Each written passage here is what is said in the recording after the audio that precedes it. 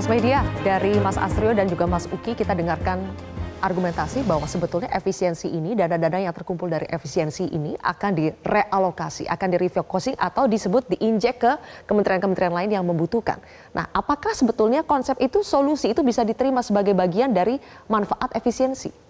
Nggak bisa sekedar diinjek begitu saja karena kita berbicara tentang APBN. Dan hingga hari ini masyarakat kan nggak tahu uang pemangkasan anggaran ini akan dilakukan, dialokasikan kemana lagi gitu. Jadi ada fungsi representatif dari perpajakan itu yang nggak jalan hari ini. Masyarakat hari ini membutuhkan pendidikan yang layak, kesehatan yang layak, infrastruktur yang layak. Dan anggaran-anggaran untuk mendukung ketiga aspek ini dipotong. Dan beberapa kali pidato Pak Prabowo kan menyatakan dengan clear bahwa anggarannya akan digeser ke MBG. Nah ini juga sangat problematik sekali karena penyaluran MBG sampai hari ini masih bermasalah.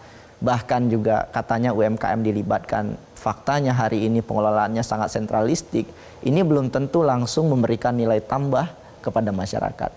Artinya ada salah pikir ya dalam tata kelola kebijakan kita, di mana untuk kebijakan yang belum tentu berdampak langsung kepada masyarakat, itu kemudian dihamburkan luar biasa. Karena kami menghitung, kalau MBG itu universal coverage, maka ada potensi kehilangan anggaran dinikmati oleh orang kaya itu mencapai 60-an triliun. Dan sekarang mau digeser semua ke sana, tetapi basic needs masyarakat dikorbankan. Basic ini kan needs nggak bisa. Oke, jadi ada salah pikir di situ. Iya, dan kekhawatiran saya ya, di tahun 1980-an itu ada tim 10. Tim 10 itu tugasnya adalah memangkas anggaran persis sama seperti sekarang. Logika teknokratiknya adalah untuk negara. Tetapi logika yang sebetulnya terjadi adalah oligarki sultanistik. Di mana APBN yang besar saat itu digeser untuk proyek-proyek strategis yang hanya dinikmati oleh orang-orang tertentu. Dan ini yang nggak diinginkan oleh publik ya. Saya kira publik baik. Mengkritik ini data Mbak ya, maksudnya gini. Berarti Bang Adian tidak setuju dong MBG? Setuju. Ya. Karena gua setuju MBG, makanya anggaran untuk membangun 9.550 hektar sawah dan rehabilitasi 29.000 hektar jaringan irigasi itu jangan dipotong. Begitu itu dipotong, lu nggak punya beras. Kenapa irigasinya rusak? Lalu kalau begini yang nggak setuju MBG itu kalian atau saya? Yang memotong jaringan irigasi, yang memotong pengembangan sawah itulah yang sesungguhnya tidak setuju MBG. Saya memperjuangkan tidak dipotong. Kenapa? Biar MBG-nya jalan. Baik, ditanggapi dulu Mas Uki, langsung dijawab, nanti ditambahkan Mas Astrio. Iya, jadi begini, ada 4 jenis belanja ya oleh negara. Yang pertama itu untuk layanan publik, yang kedua itu belanja kepegawaian, yang ketiga belanja modal, keempat adalah barang dan jasa. Jadi pertama-tama ini dari tadi memang ada kemiringan informasi atau misinformasi saya sebutnya ya soal PHK. Jadi belanja publik itu sudah dapat dipastikan tidak boleh dikurangi, tidak menjadi materi untuk diefisiensikan. Lalu yang kedua adalah pelayanan publik. Kalau tadi kepegawaian ya, lalu yang kedua adalah pelayanan publik. Kepegawaian itu artinya nggak boleh ada PHK, pengurangan gaji ke-13 tidak dikasih, kan sempat beredar isu tuh. Pelayanan publik juga nggak boleh. Dan ketika kita bicara soal belanja barang dan jasa, ya, ketika kita bicara soal itu, maka ada 3 prinsip efisiensi yang kita harus perhatikan. Yang pertama, yang dipotong itu yang tidak esensial.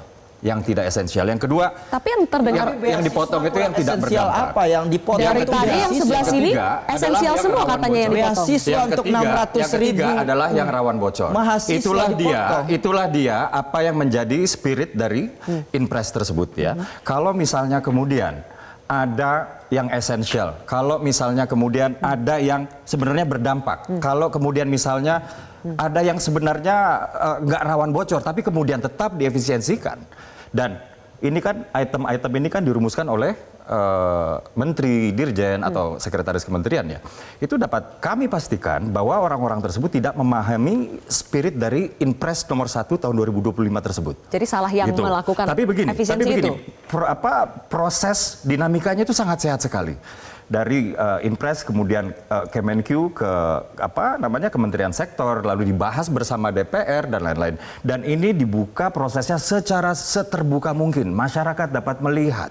Gitu. Jadi ketika ada masukan dari publik termasuk ya misalnya dari mass media tadi ya dan lain-lain, ini kan bagian dari masukan yang terjadi di dalam proses yang sedang terbuka ini. Kalau prosesnya pemotongan kalau kayak tadi prosesnya tuh. sehat, tidak ada ralat-ralatan anggaran. Sebentar Bang. Pemotongan kayak KIP kuliah misalnya ya. Apakah itu sudah menjadi keputusan final? Gitu. Sudah menjadi keputusan final belum? Jangan gitu juga logikanya. Enggak. Nunggu publik itu belum menjadi mengkritik keputusan dulu. final. Itu jangan Coba menjadi keputusan final. Mahasiswa harus soalnya begini, Mas. kritik dulu baru Mas, kemudian dirubah, kan nggak bisa. Soalnya kayak begini juga, Mbak. Kita ini kan kadang-kadang dari atasnya itu spiritnya sudah baik, filosofinya sudah baik, tidak diterjemahkan dengan baik oleh ketika ini akan diimplementasikan. Lebih baik begitu lu bicara kan? begitu seperti Kayak begitu, mimin kan? Gerindra.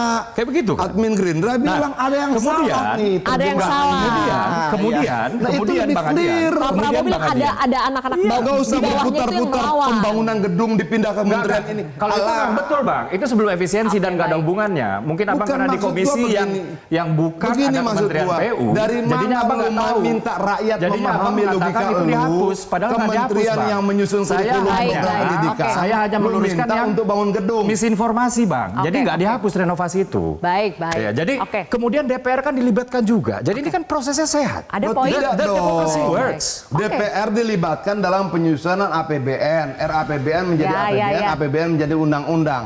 Tapi dalam konteks pagu indikatif ini itu didasarkan pada Inpres, instruksi presiden.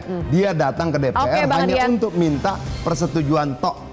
Oke, baik. Ditanggapi nanti ya, Mas Astrio. Kita jeda lagi, pemirsa kontroversi akan kembali sesaat lagi.